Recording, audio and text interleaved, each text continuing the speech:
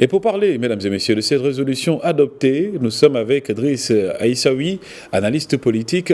Bonsoir à vous. Bonsoir, cher ami.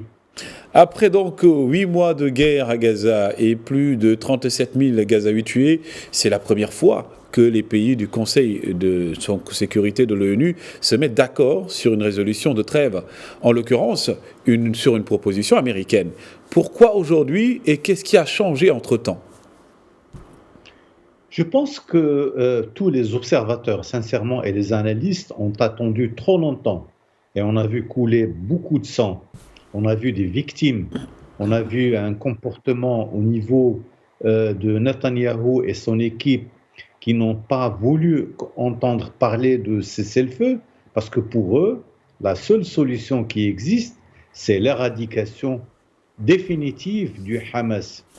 Or, les choses sont telles qu'aujourd'hui, la solution n'est pas entre les mains d'Israël, la solution n'est pas entre les mains de Netanyahou, la solution est entre les mains de ceux qui ont l'obligation de faire vivre cette partie du monde dans la paix et la stabilité. Je pense que l'initiative du président Biden est une initiative excellente. D'ailleurs, là, elle a été adoptée à pratiquement une écrasante majorité au niveau du Conseil de sécurité. Maintenant, le ministre des Affaires étrangères américain va aller voir de manière directe Netanyahou et les gens du Hamas au niveau du terrain pour leur demander d'exécuter sans délai cette trêve qui va permettre au moins de garder la dignité à ceux qui sont restés, qui ont échappé au massacre israélien. Et justement, avant de revenir à Anthony Blinken, que propose d'ailleurs ce texte par rapport au précédent ? Ce qu'il propose, c'est qu'aujourd'hui, on est en train de parler avec des termes nouveaux, ceux de la trêve, ceux de l'arrêt des hostilités. Et pour la première fois, on a des engagements qui sont recherchés par la communauté internationale pour arrêter cette situation. Et les Américains sont les premiers, d'ailleurs, c'est le grand soutien d'Israël, mais aujourd'hui, ils se sont rendus compte que finalement, les choses ne pouvaient pas durer, ne pouvaient pas se prolonger. Comment voulez-vous que l'on puisse laisser, courir cette situation où toute la terre, tout ce qu'il y avait sur le territoire de Gaza est disparu. Et même la reconstruction future, ça pose un très grand problème sur le plan financier et sur le plan humain. Maintenant, les Israéliens sont là, les gens du Hamas sont là, et la solution recherchée par les Américains, c'est de permettre à ceux qui vivent aujourd'hui sous les tentes de revenir à des conditions de vie dignes, des conditions de vie meilleures. Nous l'espérons tous. Et le ministre des Affaires étrangères, M. Blinken, est sur place pour veiller à ce que tout cela puisse s'exécuter de la manière la plus idéale possible pour les Palestiniens et pour les Israéliens.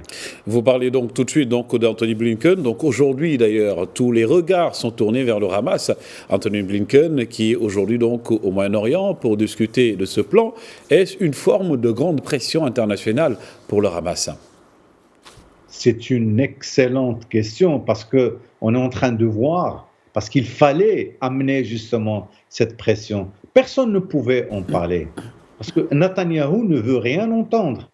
Et tous les pays du monde entier se sont vus obligés de dire qu'est-ce qui se passe ? Pourquoi vous n'arrêtez pas ? Et de toutes les manières, les gens du Hamas ont fait un coup extraordinaire le 7 octobre qui va rester dans l'histoire de toutes les manières. Mais les victimes, qui sont au nombre pratiquement de 40 000, sont des victimes qui vont rester dans la mémoire collective des Israéliens et des Palestiniens aussi. Le Hamas est aussi responsable. D'ailleurs, le tribunal pénal international a condamné et Netanyahou et les gens du Hamas pour ce qu'ils ont fait au niveau du terrain. Et j'espère sincèrement, ce que nous espérons, c'est que cette initiative adoptée à une écrasante majorité par le Conseil de sécurité puisse amener la paix dans cette région du monde. Le Hamas, qui vient donc de saluer le vote de l'ONU, va-t-il, à votre avis, accepter cette fois-ci les conditions américaines? Je pense que les gens du Hamas, c'est des gens qui sont extrêmement intelligents. Je reconnais la vérité. Les gens sont intelligents. Pourquoi? Parce qu'ils connaissent leur adversaire. Ils connaissent, parce que les Israéliens, ce sont eux qui avaient encouragé au départ le Hamas à se constituer et à faire scission avec avec l'OLP. Aujourd'hui, le Hamas est une force qui s'est imposée sur le terrain. Ils ont disons des prisonniers qui sont toujours séquestrés par leurs moyens et les Israéliens n'arrivent pas à retrouver la trace de ces gens-là. Et le problème, c'est que les Israéliens le disent.